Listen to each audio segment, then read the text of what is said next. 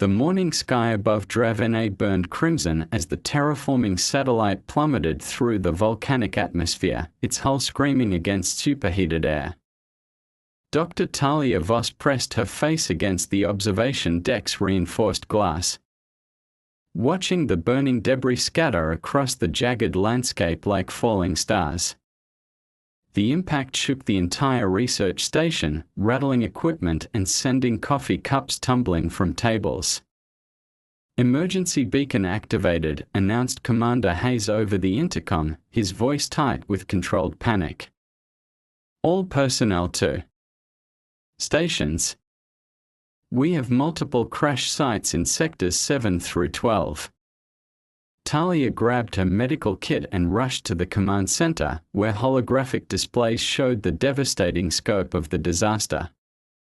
The satellite had broken apart during atmospheric entry, its fragments creating a chain of fires that stretched across the volcanic plains. But what made her blood run cold wasn't the destruction, it was the location. "Sir," she said, pointing at the tactical display, "those crash sites are directly in Velzari nesting territory." The room fell silent. Everyone knew about the Velzari, 8-foot-tall apex predators with razor-sharp claws, armored hides, and a reputation for tearing apart anything that threatened their young. Their nesting grounds were marked as absolute no-go zones on every colonial map. Even the hardiest military units gave them a wide berth during breeding season. "Containment protocol is in effect," Hayes declared. "We maintain safe distance until the fires burn out naturally. No exceptions." But Talia couldn't stop staring at the thermal readings. The fires were spreading rapidly through the dry volcanic soil, creating an inferno that would consume everything in its path. She thought about the cubs, small, helpless creatures barely larger than house cats, unable to flee the approaching flames. Their parents would fight to the death to protect them, but even the mighty Velzari couldn't battle fire itself. "Commander," she said quietly, "we have to do something. Those young ones don't deserve to burn." Hayes shook his head firmly. "Dr. Voss, I understand your concern, but sending rescue teams into Velzari territory is suicide.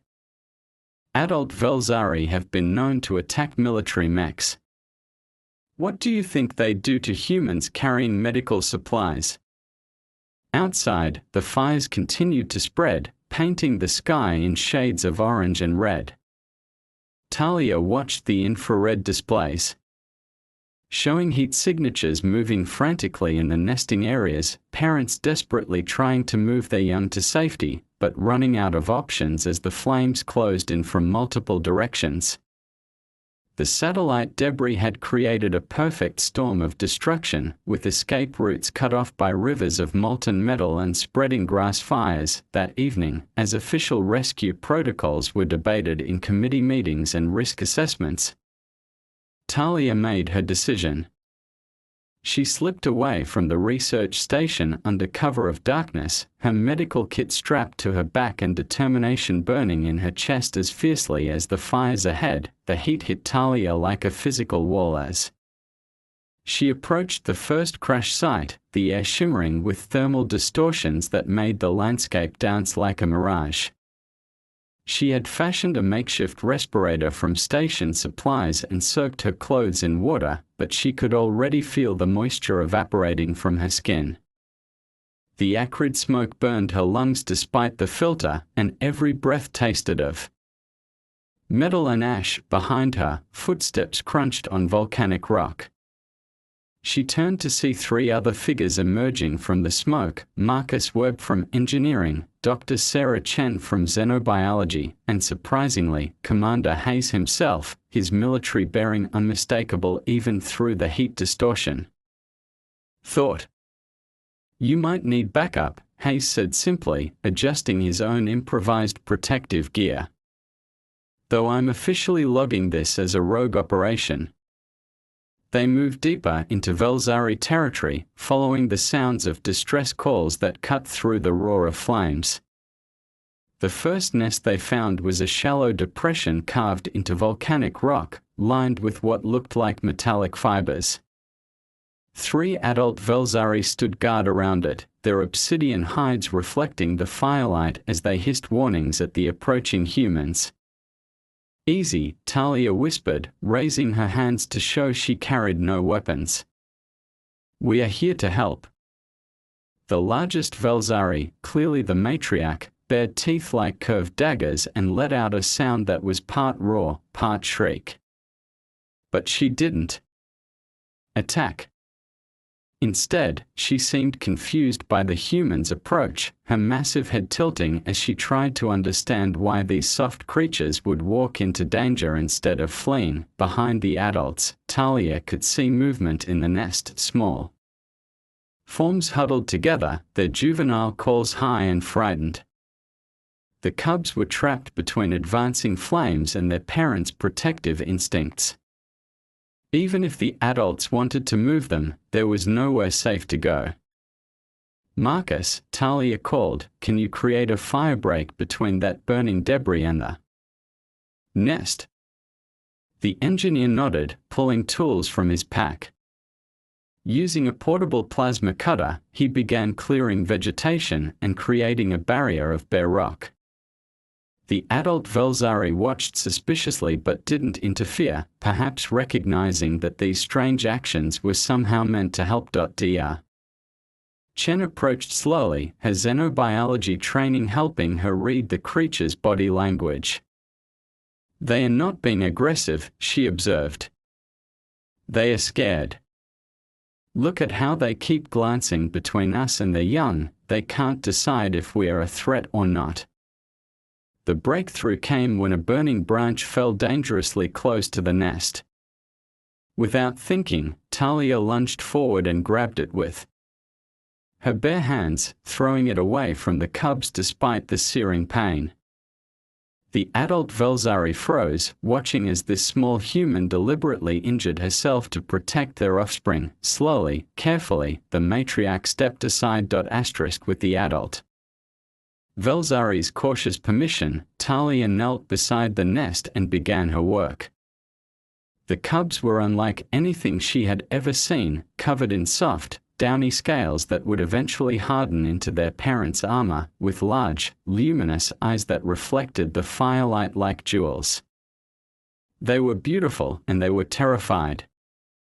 "It's okay," she whispered, though she knew they couldn't understand her words. Her tone, however, seemed to calm them. She began carefully lifting each cub, checking for injuries and moving them to a safer location. Marcus had prepared a natural cave formation that would protect them from flying embers. The work was painstaking and dangerous. Each cub weighed nearly 30 pounds despite their small size, and their developing claws could easily tear human skin. But more challenging was gaining their trust. Young Velzari instinctively hissed and snapped at unfamiliar scents, a defense mechanism that had evolved over millennia. Dr. Chen made the crucial observation.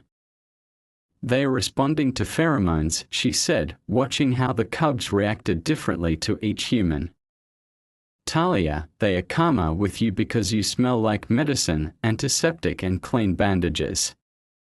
It's not threatening to them." As if to prove her point, one of the smaller cubs, barely the size of a large cat, crawled toward Talia's medical kit. It had been injured in the chaos, a deep gash across its side that was bleeding profusely. Without the specialized clotting factors of adult Velzari blood, the wound could be fatal. Talia looked up at the watching adults, knowing that what happened next would determine whether this rescue mission succeeded or became a bloodbath. "I need to treat the injured one," she said aloud, hoping her tone would convey her intentions even if the words meant nothing to them. The matriarch made a low, rumbling sound, not aggressive, but questioning. She was clearly weighing the risk of allowing this alien creature to touch her vulnerable offspring. Then the injured cub made the decision for her. It limped directly to Talia and collapsed against her leg, its small body trembling with pain and exhaustion. The message was clear. It trusted her. Working by firelight and adrenaline, Talia cleaned and sutured the wound using techniques she had never imagined applying to an alien species. Her hands moved with practiced precision, muscle memory from years of emergency medicine taking over. Even as her conscious mind marveled at the trust being placed in her, the adult Velzari watched every movement, their powerful bodies coiled like springs. One wrong move, one sign that she was causing unnecessary pain, and they would tear her apart in seconds. But as the bleeding stopped and the cub's distressed whimpering faded to quiet purring, something fundamental shifted in their relationship. When Talia finished the surgery, the matriarch did something unprecedented. She touched the human's shoulder with one massive claw, careful not to pierce the skin. It was a gesture of acknowledgement, perhaps even gratitude. As dawn broke over Dravenei, the rescue operation had expanded beyond anything Talia had imagined. Word had somehow spread through the Velzari community, perhaps through pheromone signals or subsonic communication, and more nests were being evacuated to the safety of the cave system. The humans worked tirelessly, moving cubs, treating injuries, and coordinating with increasingly cooperative adult Velzari, but the fires were spreading faster than they could work. A shift in wind direction had pushed the flames into a convergence pattern, creating a superheated vortex that threatened to consume everything in its path, including their improvised refugee camp. "We need to evacuate," Commander Hayes called out, his voice hoarse from smoke inhalation. "The thermal readings are off the charts. This whole area is going to be uninhabitable in less than an hour." The problem was logistics. They had successfully moved over 24 cubs to safety, but moving them again, especially the injured ones, would require time they didn't have. The adult Velzari were growing increasingly agitated as they sensed the approaching danger, their protective instincts warring with their newfound trust in the humans. That's when the accident happened. A section of unstable rock, weakened by the intense heat, collapsed near the cave entrance.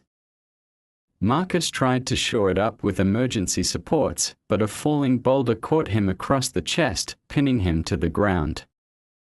His agonized scream echoed through the cave system. Dr. Chen rushed to help, but the boulder was too heavy for humans to move. They needed mechanical assistance, and their equipment was back at the crash site, now completely inaccessible due to the spreading flames. Marcus was conscious but struggling to breathe, his face growing pale as internal bleeding began to take its toll. The matriarch approached, studying the situation with intelligent eyes. She tested the weight of the boulder with one clawed hand, then looked directly at Talia.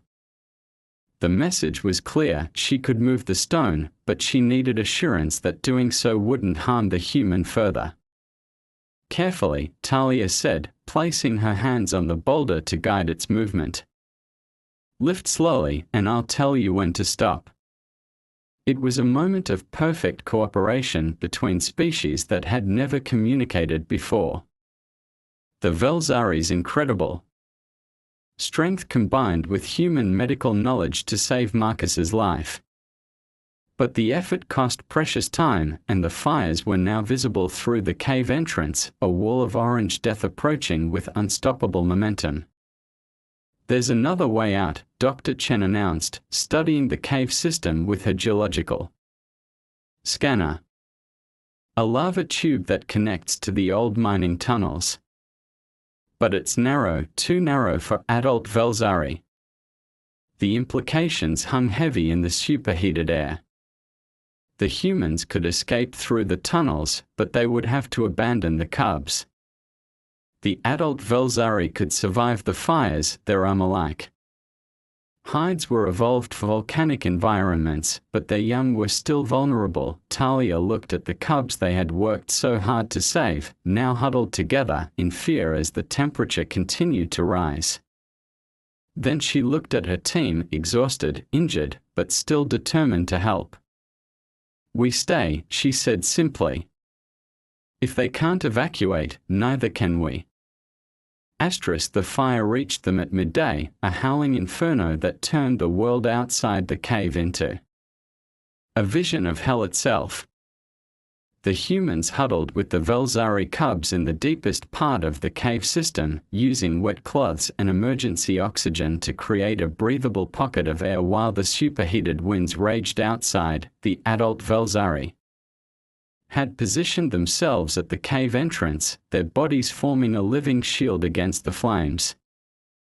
Their hides glowed red-hot, but they held their ground, protecting both their own young and the humans who had risked everything to help them.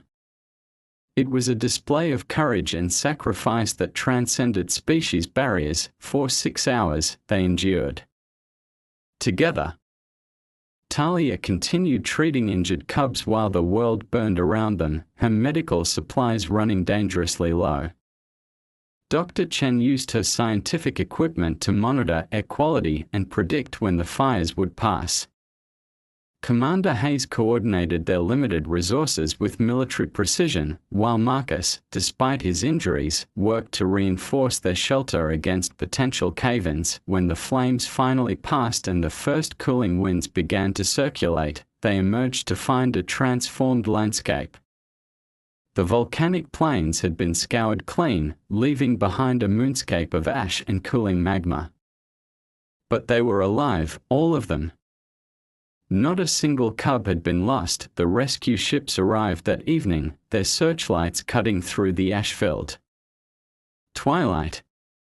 The official reports would later describe a miraculous survival and unprecedented interspecies cooperation, but they couldn't capture the profound change that had taken place in that cave. As the humans prepared to return to their station, the matriarch approached Talia one final time. In her massive claws, she carried something, a small, metallic fiber from her own nest lining. She pressed it into Talia's burned hands, then touched her forehead to the humans in a gesture that needed no translation. 6 months later, the first human Velzari cooperative settlement was established on the outskirts of the nesting grounds. Talia served as its chief medical officer, treating both human settlers and Velzari young with equal care. The cubs she had saved in the fire grew into healthy juveniles, and they seemed to remember her kindness, often approaching her with the fearless curiosity that only children possess. The settlement became a model for peaceful coexistence, studied by xenobiologists across the galaxy. But for those who had lived through the fire, the explanation was simple: when someone risks their life to save your children, they become family. Species, appearance, and evolutionary history matter less than the courage to run toward danger. When others run away. In the settlement's medical center, Talia kept the metallic fiber from the matriarch's nest in a place of honor. It served as a reminder that compassion, more than any weapon or technology, had the power to bridge the vast gulf between species and create something entirely new. Trust built in the crucible of shared sacrifice, and a future where human children played safely alongside the young of the galaxy's most feared predators.